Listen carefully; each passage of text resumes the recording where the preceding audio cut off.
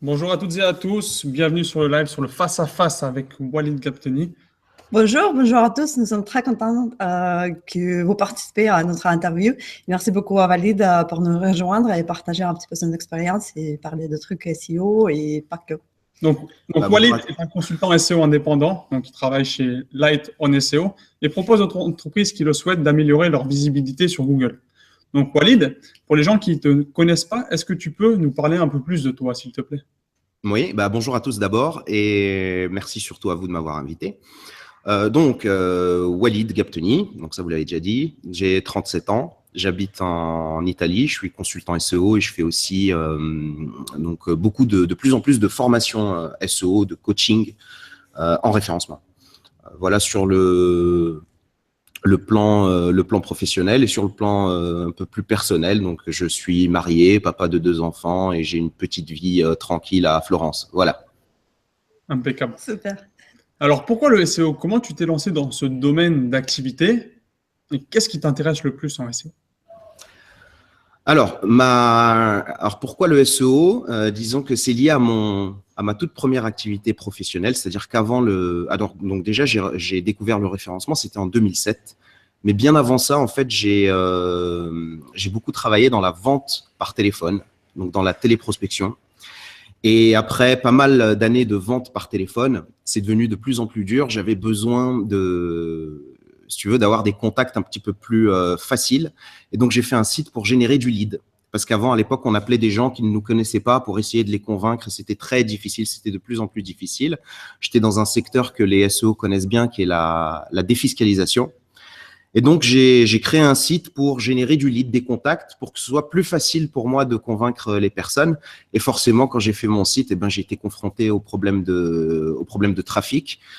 Et donc, j'ai découvert le Google, le référencement naturel. Et puis, ça a vite, la mayonnaise a pris très vite. Enfin, pour moi, c'était une révélation, quoi. Impeccable. Alors juste en quelques mots, Walid, quelles sont les choses les plus importantes dans ce métier? Tu peux nous donner des détails par rapport à ça? Ouais, alors la liste pourrait être longue. Il y a pas mal de choses qui sont importantes. C'est important de se tenir, d'être à jour, de se tenir informé de ce qui se fait. Et ce qui est d'autant plus important, c'est de mettre en pratique. C'est-à-dire que moi, j'ai passé beaucoup de temps au début à étudier, lire, regarder des vidéos, etc. Et c'est vrai que la meilleure école, c'est celle de la pratique. Donc, s'il y a un truc que je devais retenir, ce serait ça, la mise en pratique. Ok, merci beaucoup Walid. Et en fait, en question par rapport aux événements, tu habites en Italie, mais tu es très souvent en France et donc tu viens assez souvent pour les événements différents en France. Ouais. Est-ce qu'il y a des événements qui te préfèrent plus, peut-être? Si peut-être il y a des événements que tu ne peux pas rater en fait, voilà. Vous voulez me créer des problèmes là? Non, mais en fait, non, je vais te répondre très, très franchement. Alors déjà, j'aimerais venir beaucoup plus parce que je trouve pas que je vienne réellement souvent. J'aimerais pouvoir venir plus. Et honnêtement, tous les événements que j'ai fait, j'en ai pas fait tant que ça en réalité, mais je me suis éclaté à tous les événements que j'ai fait. C'est vraiment pas pour faire la langue de bois ou quoi. Vraiment, c'est le cas. Alors, le premier événement que j'ai fait, c'était le Black and White SEO, le tout premier organisé par Corlean Bees à Lyon. Ça, c'était donc le tout premier il y a 2 ans ou 3 ans. Non, il y a 2 ans. Et honnêtement, pour moi, ça a été une révélation parce que j'y ai trouvé une réelle atmosphère et le plaisir de rencontrer des collègues ou des confrères, on peut les appeler comme on veut. Donc ça, c'était vraiment une révélation, ce qui fait que l'année d'après, j'ai pas voulu louper le deuxième et j'y suis retourné. En mars dernier, je suis allé au SEO Campus Paris. Mhm. Alors que j'avais jamais vraiment eu de relation avec les personnes de SEO Camp, donc je connaissais l'association de loin, donc j'ai jamais participé à un event. Et honnêtement, j'ai été très surpris, très agréablement surpris de l'ambiance qui y régnait. Je me suis éclaté. J'ai pas été très assidu aux conférences. J'aimais beaucoup plus, si tu veux, papoter, bavarder et rencontrer, parce que c'est l'occasion ou jamais de parler avec des gens. Moi, en Italie, je vois très peu de personnes en France, alors que c'est le marché sur lequel je travaille peu. Et je me rends compte que j'ai besoin vraiment de ça. En fait, je suis quelqu'un comme ça, j'ai besoin des autres. Et donc, quand il y a un event, j'essaye d'en profiter. Puis plus récemment, j'ai fait le Web Today, donc qui n'est pas un événement SEO où on s'est rencontrés d'ailleurs.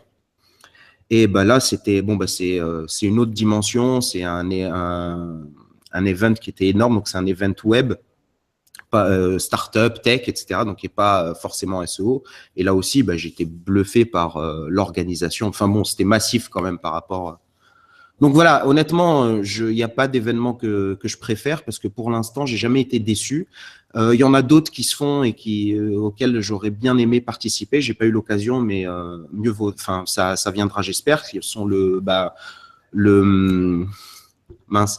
SEO d'Awade, donc qui a eu lieu récemment et moi j'ai l'impression que c'est un super event. En tout cas, les gens. Tu y étais ? Ouais. Tu y étais ? Ok. Ouais. Tu vois, voilà, c'est vraiment le genre de choses qui m'intéressent. Et aussi l'événement organisé par les frères Perronnet à Deauville. Donc voilà, pour moi, ça c'est vraiment le genre d'événement dans lesquels auquel j'aimerais participer. Peut-être il y a des événements déjà prévus dans ton agenda pour la prochaine année ou pour quelques mois. Prévu, non. En fait, je suis pas quelqu'un qui prévoit trop les. Voilà, parce que il y a toujours des contretemps, etc. Et quand je peux, quitte à changer d'avis à la dernière minute et me décider, ok, je vais aller à tel event alors que c'était pas prévu, je le ferai. Ok, merci. De rien. Donc, alors, pour ma part, je t'ai pas félicité pour ta victoire organisée par le concours Wix C'est pas grave. il y a quelques mois. Donc, je pense que toutes les personnes ici présentes ont lu ton interview sur le Journal du Net. Mais est-ce que tu peux nous en dire un tout petit peu plus? Donc, as-tu participé dans de nombreux concours, comme celui-ci, par exemple? Non, en fait, c'était mon deuxième concours. J'avais participé 2 ans avant ce concours-là, avant le concours de Wix. J'avais participé à Trafic Organique, qui est un concours organisé par Script SEO. J'étais arrivé deuxième. Donc, non, j'ai pas participé à énormément de concours, honnêtement. Mais disons que si je participe à un concours, il faut que je le fasse vraiment, quoi, tu vois. Et généralement, je peux pas le faire pour des problèmes de temps. Ça prend quand même du temps. Faut pas. Et alors, juste pourquoi, sur ce concours de Wix, pourquoi tu as décidé de participer? Pour plein de raisons. Déjà, j'ai vu que participer, il y avait Stéphane Maddaleno, Paul Sanchez, Mathieu Gerbrand, si je prononce bien, Sylvain Perronnet, David Dragesco, Ninja Linker, donc des personnes qui donnent tout de suite de l'intérêt au concours. Donc ça, c'était un des, on va dire, des facteurs clés. Et puis, c'était aussi l'occasion de faire connaître la version bêta d'un outil que j'avais développé. Je pense que c'était quelque part un bon gros hack, vu que c'est un terme à la mode, il fallait que je le glisse, hein, désolé. Alors moi, j'ai juste une autre question sur ce concours. Alors, quelle a été ta ligne de conduite et ta stratégie pour te différencier des autres concurrents? Ça, c'est intéressant, je pense. Ouais, alors, encore une fois, il y aurait plein de trucs à dire, on pourrait passer pas mal de temps. Donc, je vais essayer de synthétiser. Alors, la ligne de conduite, disons, les choses les plus importantes, c'était déjà de commencer très vite. C'est-à-dire d'essayer de ne pas prendre du retard par rapport aux autres. Parce que c'est vrai que le concours durait 4 mois, ça peut paraître beaucoup, mais 4 mois, ça va très, très vite. Et donc, l'idée, c'était de rester déjà dès le départ dans le peloton de tête, de ne pas se faire distancier par un groupe de concurrents, tu vois, comme dans une course de cyclisme, de rester dans le peloton de tête et donc de commencer très vite. C'est-à-dire de pas attendre, voilà, une fois que j'avais mis le site, j'avais commencé tout de suite à créer les communautés, faire du contenu, des vidéos, d'aller contacter des gens pour des backlinks, etc. Donc, c'était vraiment le truc, c'était de commencer très vite parce que 4 mois, c'est court. Et si tu prends du retard, c'est plus difficile c'est pas comme dans un projet de référencement, on va dire, réel, où tu vas devoir planifier tes actions. Là, fallait y aller et pas se poser de questions. Donc ça, c'était, on va dire, une ligne de conduite.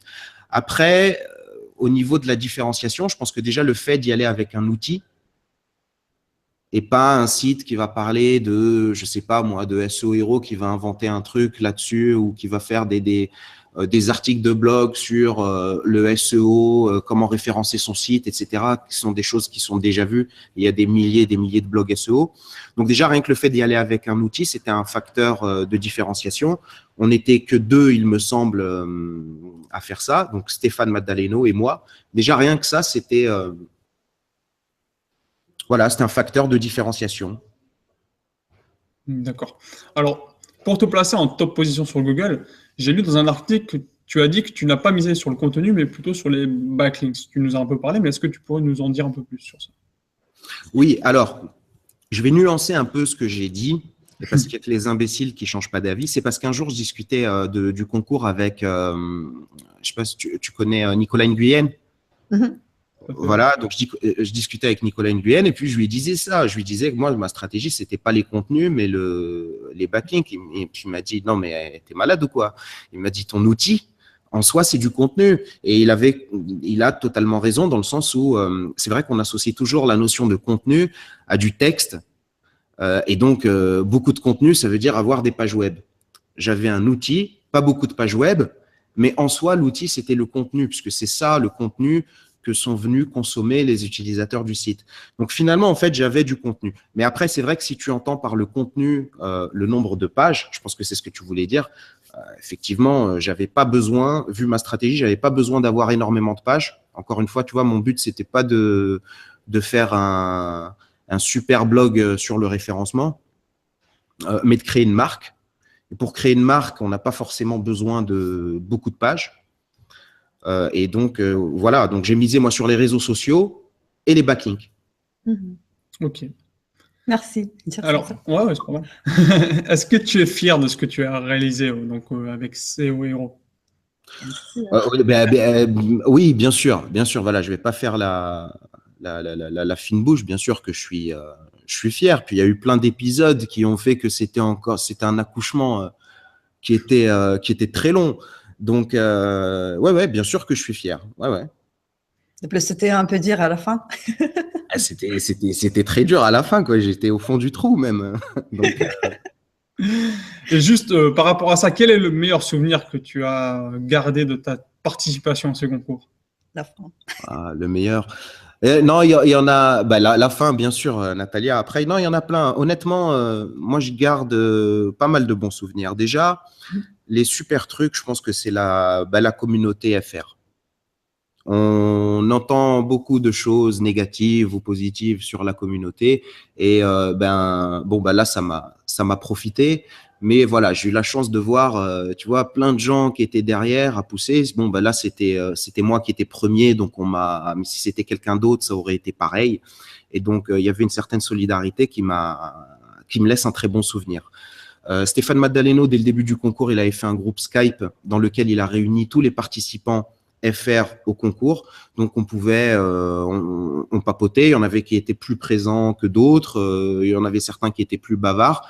Il y a des épisodes où on a rigolé. Donc, ça, c'était bien. Il y a eu la victoire non officielle, c'est-à-dire 15 jours avant le verdict de Wix, mais qui correspondait aux dates des relevés de position. Donc, première, on va dire, consécration. Puis la pénalité, ma défense avec l'appel sur mon blog, et ensuite la décision de Wix qui accepte l'appel, donc double consécration. C'était assez énorme. Oui, c'est vrai. Donc, on voit que vraiment la communauté SEO, c'est super important. Ça te donne toujours le support. C'est cool.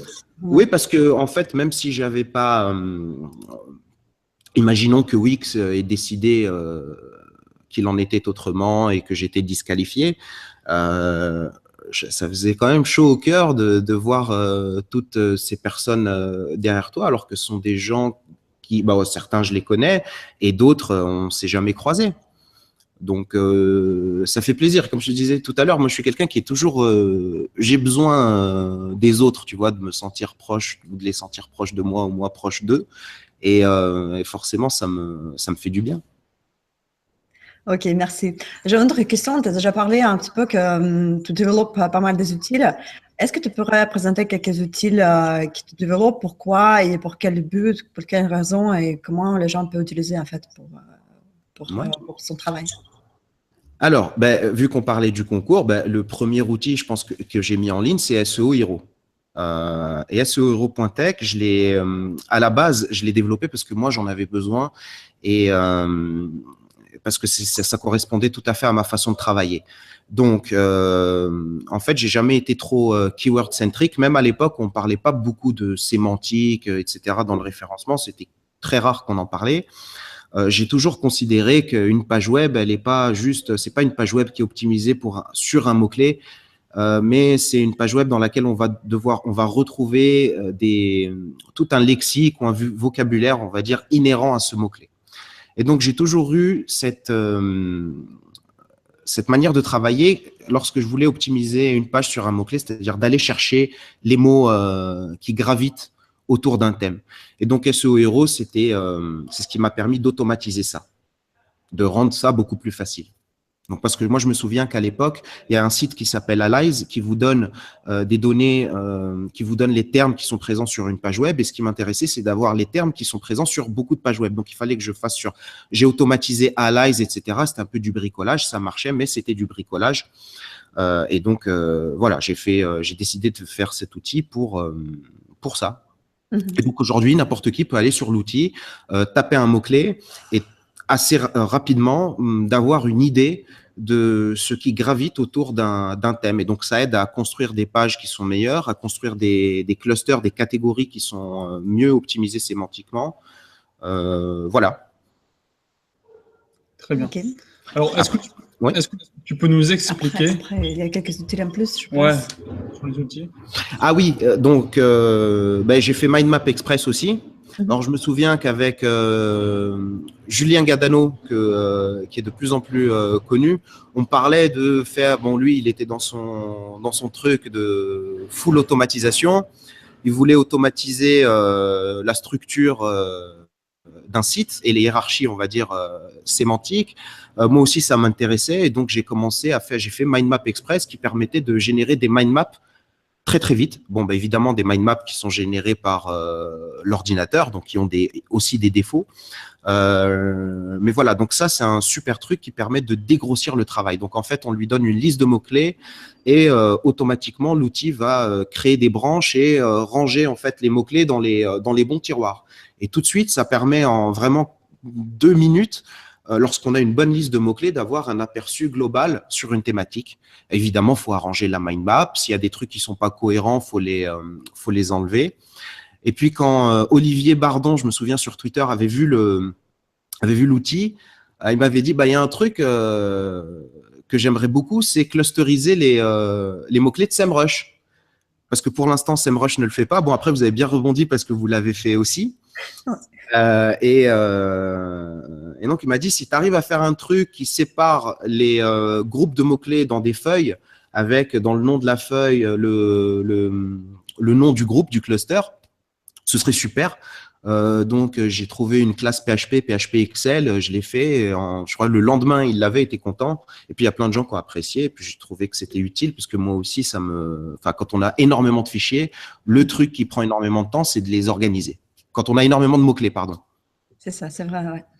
Alors, est-ce que tu peux nous dire par rapport à ça, pourquoi c'est important de clusteriser ces mots-clés? Alors, clusteriser ces mots-clés, c'est important pour plein de raisons. Alors déjà, la première, quand on fait un rapport SEMrush, par exemple, ou peu importe l'outil qu'on utilise, même sur la Search Console, enfin pas sur la Search Console, sur Google Keyword Planner, par exemple, quand on a énormément de mots-clés, le problème, c'est que c'est difficile d'avoir une analyse quand on a trop de données. Et donc, clusteriser, créer des groupes, ça va permettre de restreindre, en fait, et de pouvoir faire des analyses ciblées sur différents groupes. Donc, ça va déjà permettre de rendre le fichier de mots-clés beaucoup plus compréhensible. Et pour moi, c'est essentiel, justement, pour tout ce qui est stratégie de longue traîne. Donc, on va arriver à la longue traîne. Pourquoi ça peut aider vraiment… Alors, pourquoi ça peut aider… qu'est-ce qui peut nous aider à piloter une stratégie de longue traîne? Pourquoi l'entrain, c'est important en fait? Wow. On part toujours de niche, donc ouais, c'est important pour les niches. Tu peux ajouter peut-être quelque chose pour la stratégie de contenu en fait. Ouais, écoute, c'est en partie ce dont j'avais parlé à Web Today. Et en fait, moi j'identifie deux manières d'aborder le référencement. La première manière, c'est on fait du référencement, du positionnement sur quelques mots-clés. Tu vois, on va identifier quelques mots-clés qui nous intéressent vraiment et on va aller faire du positionnement là-dessus. Et je mets cette stratégie en opposition avec une autre stratégie qui est la visibilité. Et là, la visibilité, forcément, c'est la longue traîne, c'est-à-dire qu'on va plus chercher à être positionné forcément sur tel mot-clé qui a un volume de recherche élevé, mais sur plein de mots-clés. Et pour moi, c'est beaucoup plus intéressant. Donc, effectivement, chacun des mots-clés sur lesquels on est visible vont être des mots-clés qui sont beaucoup moins recherchés, donc les mots-clés de longue traîne. Et c'est beaucoup plus intéressant pour plein de raisons. Alors déjà, en termes de trafic, généralement, quand on a une bonne stratégie de longue traîne et qu'on a un vrai référencement de longue traîne, l'ensemble de ces mots-clés peu recherchés, en fait, représente un trafic qui est énorme par rapport aux soi-disant mots-clés à fort volume de recherche. Donc, en réalité, la quantité de trafic, elle est dans ces expressions peu recherchées qui sont souvent négligées. Donc, pour moi, ça, c'est important. Après, il y a d'autres raisons qui devraient nous pousser plus vers la longue traîne que vers le positionnement, sauf cas exceptionnel, bien sûr. C'est que finalement, quand on adopte une stratégie de longue traîne, on va faire moins de bêtises sur le référencement. On va être obligé on va moins être obligé de pousser, si tu veux, certains mots-clés. Donc, on va s'exposer beaucoup moins au risque de pénalité. Je pense notamment aux pénalités sur les backlinks, etc. Donc, voilà pourquoi il faut aller sur la longue traîne. Et justement, ce qui est intéressant, comment est-ce qu'on fait? L'une des choses que l'on peut faire pour la longue traîne, c'est justement cette clusterisation. Parce que qui dit stratégie de longue traîne dit énormément de mots-clés. On ne peut pas, tu es d'accord avec moi, si on a 20 000 mots-clés, par exemple, les analyser un par un. C'est juste pas possible. Et donc, la clusterisation, c'est ce qui va nous permettre d'avoir cette vue d'ensemble, donc par cluster. Et une fois qu'on a identifié nos clusters, mais on va pouvoir utiliser plein d'autres outils comme j'en ai fait un autre qui s'appelle suggestmachine.com qui va permettre d'extraire pour chaque cluster toutes les expressions de longue traîne. Et ensuite, à partir de ça, oui. Est-ce que tu laisses d'autres outils également pour ça? Parce que j'allais te poser la question. Encore. Oui. Il y a de très bons outils. Il y en a plein. Bon, je vais en oublier certains. Il y a Ubersuggest qui est un incontournable. Il y a Answer de Public qui est très bien. Et après, il y a Suggest Machine, qui est que j'ai fait il n'y a pas longtemps et qui va permettre d'avoir énormément d'idées de contenu à réaliser. Parce que c'est bien beau d'identifier le cluster. Il va falloir savoir quel contenu rédiger. Et ensuite, une fois qu'on a terminé, qu'on a tout, on peut les repasser dans Mindmap Express pour réaliser une mind map. Et puis ensuite attaquer la rédaction. Et là, c'est encore une autre paire de manches. Voilà, la stratégie est déjà prête pour utiliser avec des outils. Voilà, je ne dis pas que c'est une stratégie qui va être valable pour tous les projets, mais souvent, en tout cas, quand on a un projet qui doit être basé sur le contenu, en tout cas, moi, il y a des process qui vont certainement revenir. Ok, merci. Et en fait, j'ai une petite question par rapport au backlink déjà. Je ne sais pas si tu as entendu parler que SEMrush vient de faire une petite intégration de données Majestic. Donc, maintenant, tu peux se connecter avec ton compte Majestic et avoir plus de backlinks pour analyser les backlinks toxiques sur Backlink Audit. Je ne sais pas si tu as testé déjà. Moi, je pense que c'est très cool. Tu peux partager un petit peu ton expérience si tu as déjà testé. Ouais. Alors, je n'ai pas testé l'intégration des backlinks Majestic sur Backlink Audit. Par contre, j'ai testé la connexion à la Search Console. Et écoute, pour moi, c'est un super outil. Après, j'aurais des choses à redire, hein, mais pour moi, c'est effectivement un super outil parce que ça permet de gagner énormément de temps. Et quand je regarde je me suis quand même intéressé. J'ai pas testé, j'ai pas fait énormément de tests, mais bon, j'ai regardé parce qu'à chaque fois qu'il y a quelque chose qui sort, ça m'intéresse quand même de voir comment ça marche. Et c'est effectivement très intéressant. Donc moi, ce qui m'intéressait, c'était quelles sont les patterns que vous utilisez pour la détection des liens toxiques. Et donc, je vois que vous les avez divisés en groupes, donc le spam sur les communautés, sources non pertinentes, les réseaux de liens. De marqueurs toxiques, ouais. Voilà, vous avez différentes familles de marqueurs et ensuite, dans chaque famille, il y a plein de marqueurs qui existent. Donc, dans Manipulative Link, par exemple, voilà, je vois High External Link Density, donc les sites qui ont une grande densité de liens sortants, liens d'annuaire, liens site-wide, monnaie anchor text, donc ça va être les encres de liens, je pense, optimisées.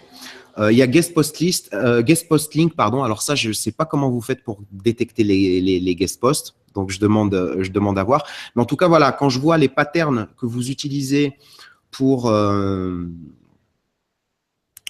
identifier ce qui peut être toxique, je trouve ça vachement intéressant. Surtout si on compare au prix d'outils comme Link Detox, par exemple, qui coûte très cher, honnêtement. Donc oui, alors la mécanique, moi, elle me semble intéressante. Après, si je peux me permettre, il y a des trucs qu'il faudra améliorer. On attend ton feedback. Je vous en donne un. La détection, par exemple, vous appelez ça monnaie anchor text. Moi, j'ai remarqué qu'il y avait pas mal de monnaies anchor text qui n'étaient pas détectées comme telles. Donc ça serait un truc sur lequel à mon avis, vous avez une marge de progression, surtout que vous avez, je suis certain, toutes les datas pour le faire. Donc, très bon outil. Voilà, continuez comme ça. Puis après, il y a…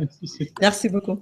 Et donc, pour continuer à parler un petit peu de Majestic, est-ce que tu penses qu'on peut vraiment faire en confiance à TrustFlow maintenant, où il y a des trucs qu'il faut bien penser? Vous voulez vraiment me créer des problèmes. Alors, honnêtement, après, c'est peut-être ma manière de travailler qui est comme ça. Moi, je travaille avec Majestic. D'accord? Donc, j'ai besoin de Majestic SEO. Je vais répéter un peu ce que beaucoup de SEO disent, c'est que les métriques, ce sont des indicateurs, elles sont là pour nous aider. Et je pense que le risque, c'est de devenir esclave des métriques. Ensuite, il y a des problématiques qui nous obligent, dans certains cas, à nous baser exclusivement sur les métriques. Par exemple, quand je regarde tout ce qui est, on va dire, automatisation de masse, sur la récupération de domaines expirés, par exemple, qui se fait beaucoup en SEO. Et donc, on peut pas checker ça à la main. D'accord? Et donc, on est obligé de se baser sur des métriques. Et même si on sait que les métriques, parfois, elles ne sont pas fiables, parce que ce n'est pas une métrique qui est fiable à 100%, c'est un indicateur qui marche bien quand même globalement, mais il n'est pas fiable à 100%. Parfois, on va tomber sur un site qui a un trust flow très faible, ou relativement faible, et qui est finalement un bon site, qui a des signaux naturels, etc. Et parfois, on va tomber sur des sites qui ont des trust flows élevés et qui sont en fait toxiques. Donc, on sait qu'il y a un problème de fiabilité, mais quand même, dans l'ensemble, c'est globalement quelque chose qui marche bien.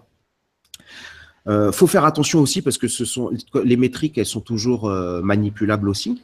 Mais ce que je voulais dire, c'est que lorsqu'on est dans une problématique de super automatisation, on ne peut pas faire autrement que se baser sur les métriques. Et si tu veux, on va mettre par exemple dans les systèmes on va dire de détection des expirés, on est obligé de mettre des seuils, c'est-à-dire au-delà, en dessous de TrustFlow 15, je dis une bêtise, hein, on ne prend pas. Et au-dessus de TrustFlow 15, on va prendre par exemple. Et c'est sûr que dans le lot, il y a peut-être des trucs qui étaient pas mal et qu'on va perdre et des trucs qui vont passer et qui étaient pas si intéressants que ça. Puis après, on peut croiser avec d'autres données comme les encres de liens, etc. Mais oui, donc c'est pas fiable à 100%, mais j'ai envie de dire qu'au pays des aveugles, les borgnes sont rois. Ok. Et tu as déjà parlé un petit peu de métriques, mais quelles métriques sont importantes pour toi aussi? Tu vois certaines métriques toujours. Tu peux répéter la question, pardon? Tu as déjà parlé un peu plus sur les métriques. Est-ce qu'il y a des métriques qui sont vraiment super importantes pour toi? Tu vois ces métriques toujours? Non, je suis pas un accro des métriques. Il y a un truc que je regarde de plus en plus, par exemple, pour me faire une idée de la confiance que Google peut donner à un site, bah, c'est de regarder le trafic que fait le site. Et donc, bah, un check sur SEMrush, par exemple. Donc, c'est pas vraiment une. Oui, si, ce sont des métriques finalement. Donc voilà, ça je regarde de plus en plus, j'y accorde de plus en plus d'importance, parce que si Google fait confiance apporte du trafic à un site, c'est que a priori il lui fait confiance. Et comme je suis dans une démarche qui est toujours, j'essaye toujours d'être pragmatique. Parfois c'est pas possible, mais en tout cas quand je peux, j'essaye de l'être. Voilà, je vais m'intéresser à des choses comme ça. Ok, merci beaucoup. Après, je suis pas un fou des métriques, voilà, mais je m'en sers comme tout le monde. Bien sûr. Alors maintenant, on va parler un petit peu de Black and White SEO. Alors, qu'est-ce que tu es plus, Black ou White? Bah, je pense honnêtement ni l'un ni l'autre parce que c'est en fait ça a été très galvaudé cette histoire de black and white, et il y a aussi un problème, c'est comment les gens perçoivent par exemple le black hat ou le white hat. Les gens ont l'impression par exemple que le black hat SEO c'est crade et que le white hat SEO c'est propre. Alors que je peux vous garantir qu'on peut pénaliser un site en faisant du travail manuel et soi-disant propre. D'accord? Donc, en fait, finalement, moi, je préfère dire que je préfère faire du travail propre. Il y a des process qu'il faut automatiser. Alors, parce qu'il y a aussi, c'est ça, dès que tu parles d'automatisation, on dit tout de suite Black Hat, alors que c'est pas forcément le cas. Donc, je n'ai pas de couleur préférée, on va dire. Surtout que ça veut rien dire. Je préfère faire du travail propre. Surtout lorsque je travaille pour les sites de mes clients, je peux pas me permettre de faire des choses qui sont dégueulasses. Donc, pour dire les choses clairement, même si on dit que telle méthode ça rank, et un jour où ça rank plus, et donc je vais rester quand même très très propre dans le travail que je fais. Très bien. Alors, quelle technique du Black, donc hat, fonctionne très bien? Qu'est-ce que tu peux nous en dire? Est-ce que tu en connais? Bah, le contenu automatisé, le content spinning, ça marche très bien. Ouais. Et après, bon, encore une fois, voilà, c'est des genres de déclarations qui peuvent pousser les gens enfin, qui peuvent créer une confusion. Donc, quand je dis le content spinning, ça marche bien. Ah, donc on va faire du content spinning. C'est pas comme ça. C'est pas n'importe quel content spinning. Il y a des vraies problématiques. Je discute avec des professionnels du content spinning parce que franchement, c'est un vrai métier. Et c'est très difficile de faire du content spinning. Mais lorsque c'est bien fait, évidemment que ça marche. Et Google n'y voit que du feu. Et ça se fait beaucoup. Hein. C'est vrai. Okay. Surtout sur les sites qui sont basés sur le référencement local. Donc, ils peuvent pas. Donc, ça va être du content spinning à fond. Et ça marche. Ouais. Alors, est-ce que tu as subi des pénalités de Google et comment tu t'en es sorti? Tu peux nous expliquer un peu tout ça? Jamais. Ouais, alors, non, c'est pas vrai. Je serais un menteur si je le disais. Alors, sur un site personnel, j'en ai subi une en réalité, et c'était Pingouin. Donc là, ça remonte à 2013. Il s'agissait du premier site, si tu veux, c'est le site que j'ai créé quand je me suis lancé dans le SEO et avec lequel j'ai bien réussi honnêtement. Mais je commençais le SEO, je découvrais, j'avais l'impression, bah tiens, on parlait de Black Hat, White Hat, d'être très White Hat et très, j'ai l'impression de bien travailler avec mes petits annuaires à l'époque, parce que c'est comme ça. Mais par contre, je chargeais à fond sur les encres optimisées. Et un jour, je me suis pris la claque. Mais quand elle est arrivée, finalement, c'était normal en fait. J'ai trouvé ça normal. Après, j'ai travaillé sur des sites pénalisés. Je touche du bois, mais jusqu'aujourd'hui, j'ai jamais pénalisé moi le site d'un client. Mais j'ai travaillé sur des sites pénalisés. La plupart des pénalités que j'ai dû traiter, c'était Pingouin. Honnêtement, comment on s'en sort?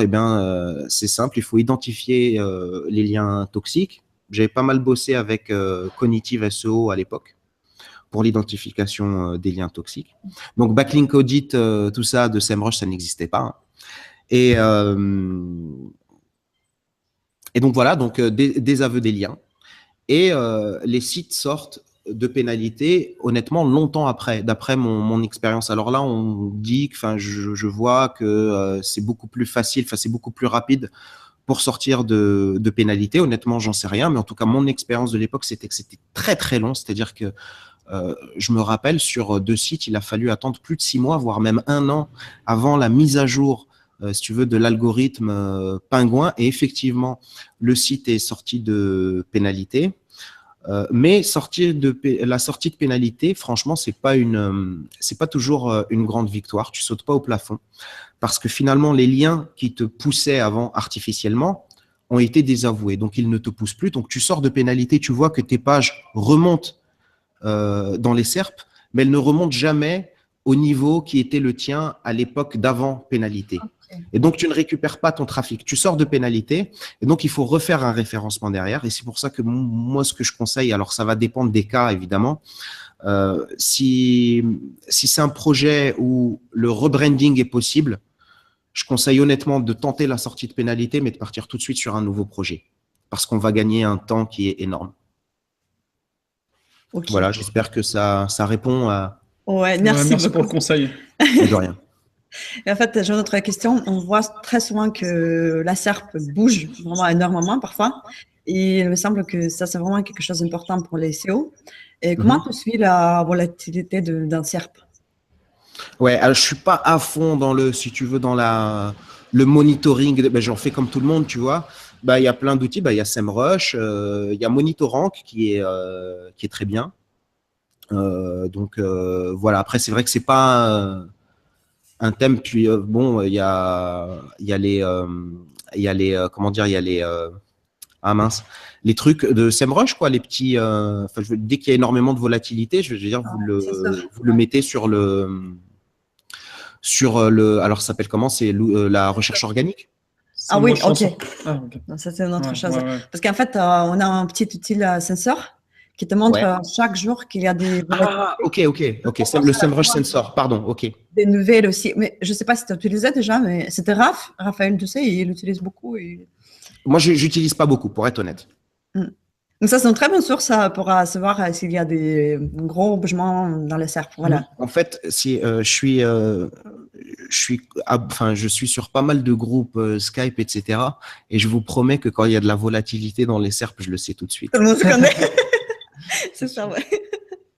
Il y a des mouvements chez vous? C'est ça la question. Est-ce qu'il y a des mouvements chez vous? Alors moi, quand je vois ça sur Skype, je vais tout de suite regarder. Effectivement, il y a des mouvements où il n'y en a pas. Ouais. Ça marche. Et une autre question par rapport aux SERP features déjà, parce que assez souvent, on peut voir dans le SERP qu'il y a des SERP features, donc partout, et juste un seul ou deux seuls résultats de recherche organique. Donc, on peut dire que SERP features, c'est super important pour le moment déjà.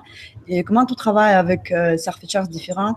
Si tu travailles pour feature snippet, pour certains clients, peut-être, tu peux partager un petit peu ton expérience. On essaye. Ah bon, après, je vais être très franc avec vous. Bah, comme tout le monde, on essaye. Sur les SERP où elles s'affichent. Après, c'est pas quelque chose que j'intègre forcément dans la stratégie, c'est quelque chose que je prends en compte lorsqu'on s'aperçoit que la SERP n'avait pas de featured snippet et du jour au lendemain, elle a des featured snippets. Alors, quand c'est ton site qui est élu dans les featured snippets, tout va bien. Après, c'est beaucoup plus embêtant lorsque toi, tu étais premier et que le featured snippet, c'est l'un de tes concurrents. Je ne sais pas si je dois tout dire. Donc, il y a déjà le fait de mettre un feedback négatif. Ça permet parfois de faire sauter le featured snippet, pas toujours. Après, les featured snippets, honnêtement, c'est quand même… Je vois où très souvent c'est n'importe quoi de la part de Google. Il y a des cas où c'est bien quand on a des définitions, etc. C'est facile. Donc je vois qu'il faut utiliser des termes. Il y a des termes qui permettent à Google d'identifier qu'on est en train de décrire quelque chose, tu vois. Donc ça peut peut-être aider pour les featured snippets. Après, c'est pas quelque chose sur lequel je passe énormément de temps pour être sincère. Ok, mais en fait, à ton avis, peut-être pour les sites business, donc pour les clients, Est-ce qu'il y a des features qui sont importantes? Je ne sais pas, par exemple, des images ou… Oui, ben le knowledge panel, tu veux dire? Tu veux dire le knowledge panel, par exemple, sur le côté droit? Ouais. Oui, ben après, je pense que c'est la page Google My Business ou Google+, le fait de mettre pas mal de contenu sur Google, éventuellement la page Wikipédia. Donc, faut confier sa rédaction à quelqu'un qui est bon, qui va faire ça sérieusement pour éviter tout problème de modération. Donc, après, honnêtement, c'est pas quelque chose. Enfin, moi personnellement, c'est pas le genre de choses sur lesquelles je travaille. Ok. Je suis plus old school, quoi. Nous, on veut, voilà, mes clients, ils veulent se positionner sur tel et tel mot-clé. On peut donner, il peut m'arriver de donner des conseils, dire bon, regarde, ton concurrent, il a sa page Wikipédia, elle est géniale et tout. Tu devrais faire la même chose parce que tu as pas mal quand même de recherches sur ta marque. Je donne ce genre de conseils, mais le cœur de mon travail va être vraiment sur la visibilité de manière plus globale, quoi. Enfin, la visibilité globale, la visibilité SEO, mais plus globale je veux dire, sur la globalité des mots-clés. Ok, compris. Alors maintenant, une petite question. Est-ce que tu utilises du link baiting directement? Cette technique, est-ce que tu l'utilises? Bah, SEO Hero. Alors, c'est pour être honnête, SEO Hero, il représente, même si c'était une belle victoire, etc., c'était quand même quelque chose de particulier, dans un environnement particulier.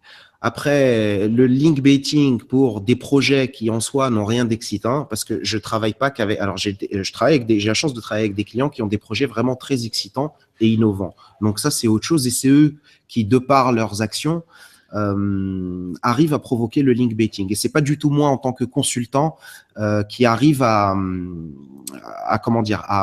qui déclenche ce truc-là. C'est vraiment eux, de par leur identité, leur manière d'aborder le business, qui font du link baiting.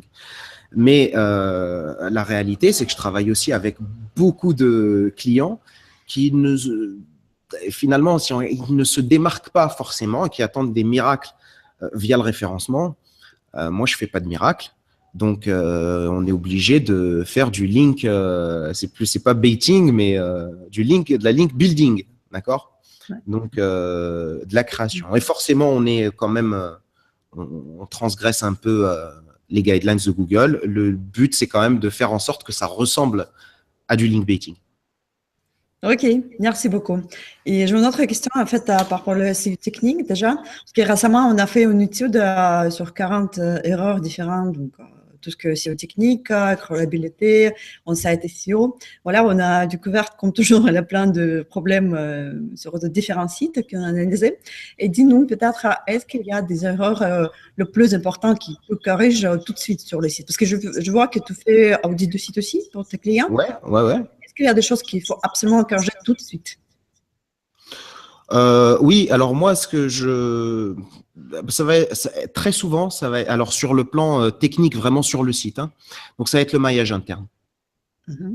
Ça, c'est le truc qui, moi, revient souvent. Je vois aussi de plus en plus de personnes vouloir aller absolument sur des stratégies en silo et qui le mettent très mal en œuvre.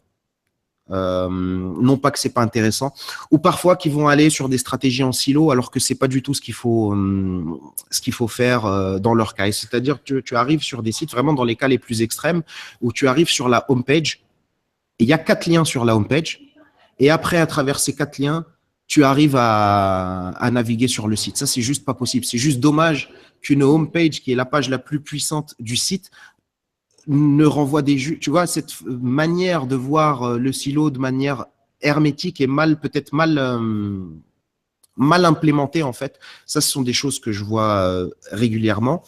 Et honnêtement, la plupart des erreurs quand je vois en référencement, c'est pas tant sur le plan technique, c'est vraiment sur l'aspect stratégique. C'est ce dont on parlait tout à l'heure, sur quoi on va être visible. Donc, c'est plus marketing que technique, là, pour le coup. Ok, ouais, c'est super. Merci, intéressant. De rien. Donc, on arrive un petit peu à la fin de cette interview. Mais juste avant de terminer, est-ce que tu as des choses à rajouter, peut-être des conseils encore à partager avec notre audience? Un conseil parfait de Walid, voilà. Donc, le super conseil de Walid, est-ce que tu peux nous le donner? Le super conseil de Walid, comme ça, c'est… pas évident. C'est difficile, vous me laissez dans le vide. Qu'est-ce qu'on pourrait donner comme conseil intéressant? Bon, ça a l'air un peu bullshit comme ça, mais c'est vrai, c'est de se remonter les manches parce que très souvent, les échecs sont dus parce qu'on ne fait pas les choses. On sait ce qu'il faut faire. Tout le monde sait à peu près, je veux dire, on a partagé tellement de choses sur le référencement, tellement de conseils, qu'à peu près n'importe qui s'intéresse au référencement et qui se focus pendant 2 semaines sur le SEO, à lire des blogs, s'intéresser au forum, regarder des vidéos, va comprendre les grandes lignes sans devenir un expert du référencement et est capable de référencer son site en réalité. Mais le vrai problème, c'est le passage à l'action.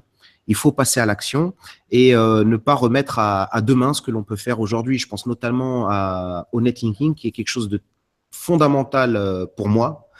Et c'est quelque chose qui fait peur à tout le monde parce que ça demande quand même du travail et de l'énergie. Et c'est vraiment le genre de truc sur lesquels il ne faut pas lésiner sur les moyens, sur les efforts à fournir, parce que les résultats avec Google sont juste énormes. Et la grande différence entre les sites qui rankent et les sites qui rankent pas, bon, j'embellis un peu le trait, mais c'est quand même, il y en a qui bossent et il y en a qui bossent moins. Okay. Donc il faut bosser. D'accord. Merci beaucoup, Walid, d'avoir merci à vous cette interview et à ce face-à-face. Ouais, merci beaucoup. C'était vraiment super intéressant. Tu as partagé des conseils, des techniques un petit peu, des trucs comme ça. C'est toujours super intéressant. Merci beaucoup. Sûr, merci à vous de m'avoir invité. J'étais très content de participer. Voilà. Merci à vous, également l'audience qui nous avait écouté pendant cette interview. Ouais, merci. Merci. Et on vous souhaite une très bonne journée et à très bientôt. Belle journée à vous. Au revoir. Au revoir. Au revoir. Ciao.